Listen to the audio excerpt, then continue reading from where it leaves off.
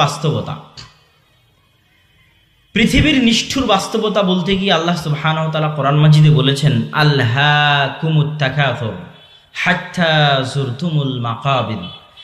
আল্হা মানে হচ্ছে খেলনা দিয়ে ভুলিয়ে রাখা।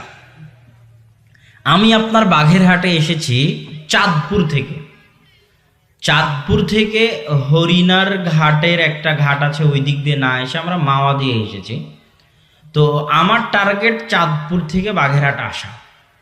রাস্তার পথে কোনো এক জায়গায় একজন সাপ খেলা দেখাচ্ছে, বা কোনো এক জায়গায় হয়তো মাওয়া ঘাটে ইলিশ ভাজি পাওয়া যাচ্ছে। আমি ওখানে ব্যস্ত হয়ে গেলাম সাপ বানরের খেলা দেখার জন্য, অথবা ইলিশ ভাজি খাওয়ার জন্য। আপনার প্রোগ্রামের কথা ভুলে গেলাম, বাঘেরহাট আসার কথা ভুলে গেলাম। এর মানে হচ্ছে আল্লাহ ওই খেলাটা আমাকে ভুলিয়ে দিল যে আমাকে বাঘেরহাট যেতে হবে। কথা কি বুঝতে পারছেন? তো মানুষের জীবনে সফর শুরু হয়েছে রুহের জগৎ থেকে, শেষ হবে জান্নাত জাহান্নামে গিয়ে। কোথায় শেষ হবে? হয় জান্নাত, না হয় জাহান্নাম।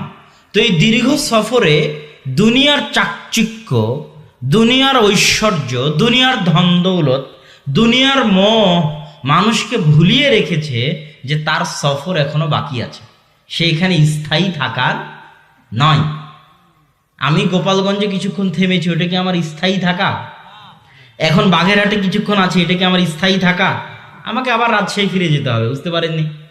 তা আমি যদি কোনো কিছু দেখে মনে করে নিই যে এটা আমার স্থায়ী থাকা, তাহলে এটা কি হবে? ভুল হবে।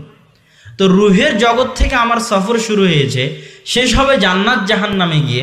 দুনিয়ার মোহে পড়ে আমি ভুলে গেছি জান্নাত জাহান্নামের কথা, মনে করেছি এটাই মনে হয় আমার আসল বাস্তবতা, এটাই মনে হয় শেষ, এটাই মনে হয় প্রকৃত, এটাই মনে হয় রিয়াল। এটার কথা আল্লাহ বলেছেন, আল্হাকুমুত তাকাসুর, ধন দৌলতের প্রতিযোগিতা তোমাদেরকে ভুলিয়ে রেখেছে তোমাদের আসল নিষ্ঠুর বাস্তবতা থেকে। আর এই নিষ্ঠুর বাস্তবতা তোমরা তখন দেখতে পাবে, অবশ্যই দেখতে পাবে, কাল্লা সাউফা তা'লামুন, নিশ্চিতভাবে তোমরা জানতে পারবে, চাক্ষুষভাবে তোমরা জানতে পারবে। সেটা কখন?